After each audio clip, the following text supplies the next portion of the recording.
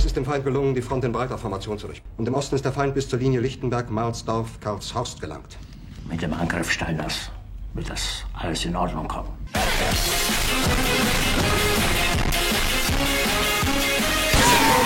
Die 9. Armee ist nach Norden hin bewegungsunfähig. Feindkräfte übersteigen unsere Mannschaften um ein 10-faches. Mit dem Angriff Steiners wird das alles in Ordnung kommen.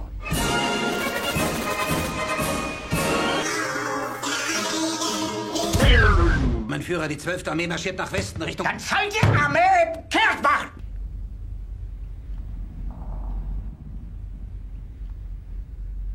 Mein Führer, Steiner konnte nicht genügend Kräfte für einen Angriff massieren. Easy!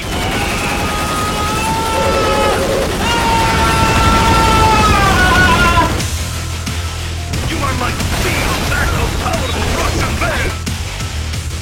ほう、向かってくるのか。近づかなきゃてめえをぶちのめす。If the Americans and Russians invaded Japan, there'd be no fight. I mean, they can't take out the frontal plate of an IS-2 with the bamboo spears. It's just not possible.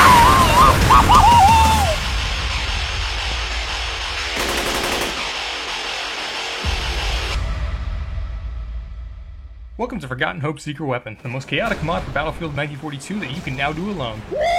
For only 15 gigs, you can be the main character of World War II as you single-handedly wipe entire armies with weapons that clearly weren't meant for it, anytime you want. Too good to be true? Let's find out, as I judge this mod's content, replayability, and competition to see if it's really worth your time. Now let's get to it.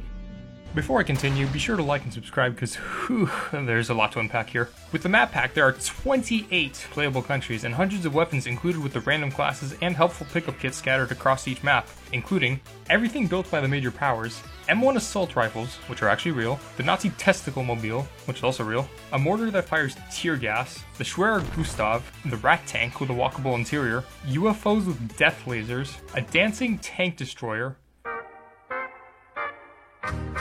suicide vests, mouse turret bunkers, shotgun tank shells, and piles upon piles of Japanese Wunderwaffe. Yeah, the Axis is more fun, but the Allies counter it with one thing and one thing alone.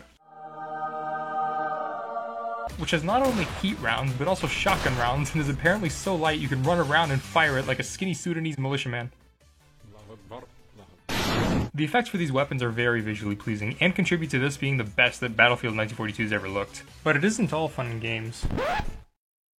Because sometimes the fun and games don't work. About 1/3 of these maps crashed on me, either because they finished loading, because I got into a vehicle, because I captured a point, or because it felt like it. Which is why I went through every map here to delete what crashed and keep what didn't. And I included the download for both the simplified mod and the simplified map pack down below, because aside from some awful ground textures, the maps that do work are great, with littered tank wreckage everywhere, and lots of places to take cover and have a shootout.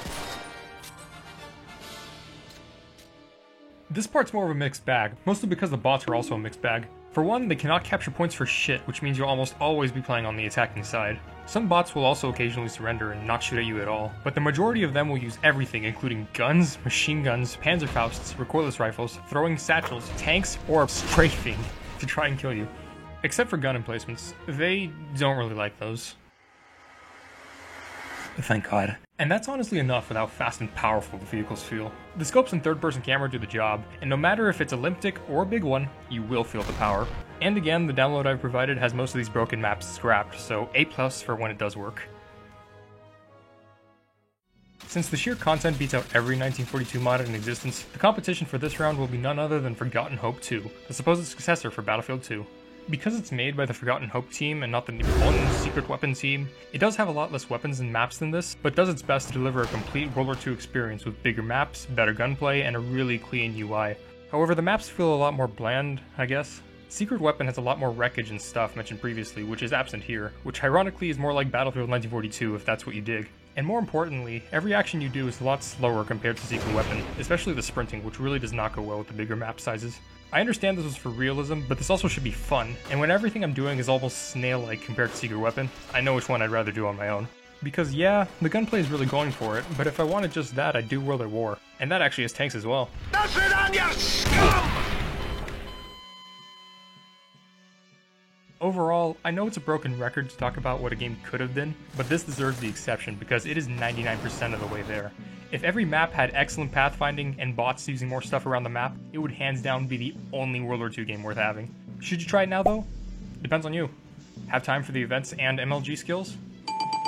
If you're sad, single, and alone, with no friends, job, or hope for the future? Time to die! No. It's secret weapon time. I also left some important notes down below to get the most out of your secret weapon gameplay. Well, what are you waiting for? Deserters will be shot.